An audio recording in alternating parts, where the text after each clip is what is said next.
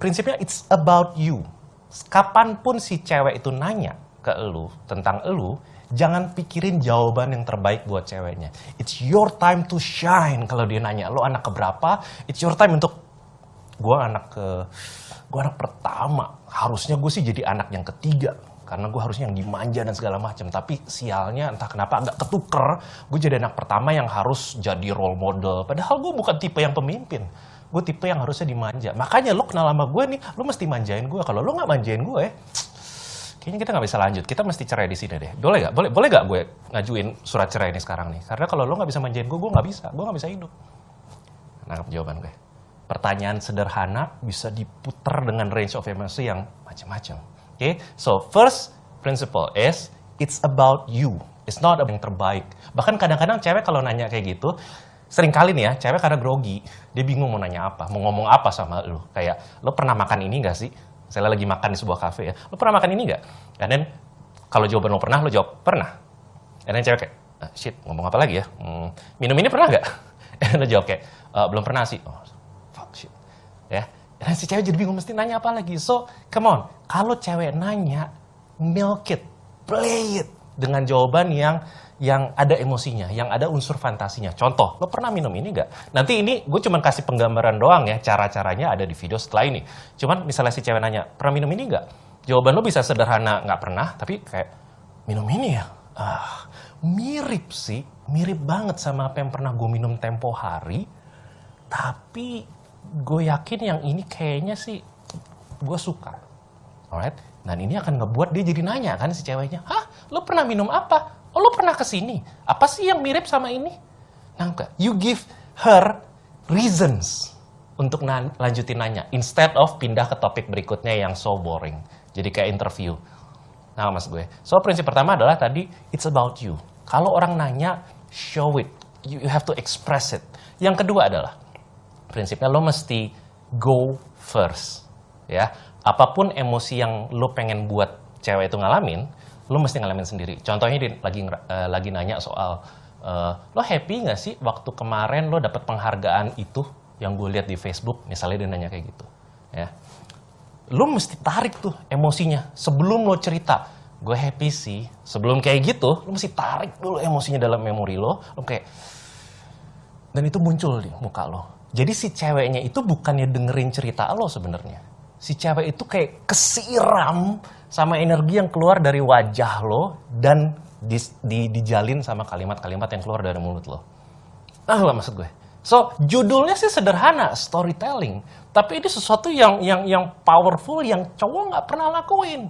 Why? Ini udah dijawab dalam video-video sebelumnya, apalagi soal masalah ngarep atau worship of women. Oke, ketika lo lihat cewek lo langsung panik. Takut berbuat salah. You forgot. It's your time to shine. So go first, masuk lagi ke dalam memori pengalaman lo itu, lalu keluarin sebisa mungkin. Jangan takut soal dia tertarik gak ya sama cerita gue? Dia tertarik gak ya sama apa yang gue omongin? Loh, kok dia main handphone? Itu kan yang sering kali keluar dalam kepala lo kalau lo lagi ngomong sama cewek kan? Kayaknya dia sibuk sendiri. Tahu nggak kenapa si cewek begitu? Nih, gue kasih tau aja ya. Karena lu ceritanya boring, bro. Karena lo ceritanya nggak jelas, nggak ada intent, nggak ada fantasi yang muncul dalam kebayangan si ceweknya. So, prinsipnya dua. Satu adalah, it's about you, it's time for you to shine. Yang kedua adalah, go first. Rasain dulu emosinya. Kalau emosinya belum ada, jangan diomongin. Misalnya contohnya kayak, lo kenapa sih dulu deketin gue? Lo kenapa sih nyamperin gue tiba-tiba gue lagi di kafe, si cewek nanya kayak gitu. Enak jawaban lo pikir sih jawabannya ini, tapi nggak ada emosinya. Mending lo gak usah ngomong, lo jawab aja kayak, nanti aja deh gue jawab. Kalau lo belum ngerasa excitement yang membuat lo dulu nyamperin dia. Oke, so itu adalah prinsip-prinsipnya. Pertanyaan terakhir nih adalah, kenapa lo mesti ngelakuin gini? Why lo mesti capek-capek untuk mengeluarkan berbagai macam tool yang nanti bakal diajarin setelah video ini. Kenapa lo mesti ngelakuin itu ke cewek? First, alasan pertama adalah lo mesti milking interest yang tadi gue udah bilang itu. Lo mesti buat kalau dia nanya, dia ngerasa dihargain. Ingat ya, kalau cewek udah pergi sama lo, artinya dia minat sama lo. Dia udah berusaha nih untuk nanya, pengen tahu tentang lo. Jadi kasih dia ngerasa kayaknya, Oh, pertanyaan gue diterima sama dia. Oh, nih orang enak. Itu yang pertama. So you appreciate her dengan jawaban yang full emotion. Oke.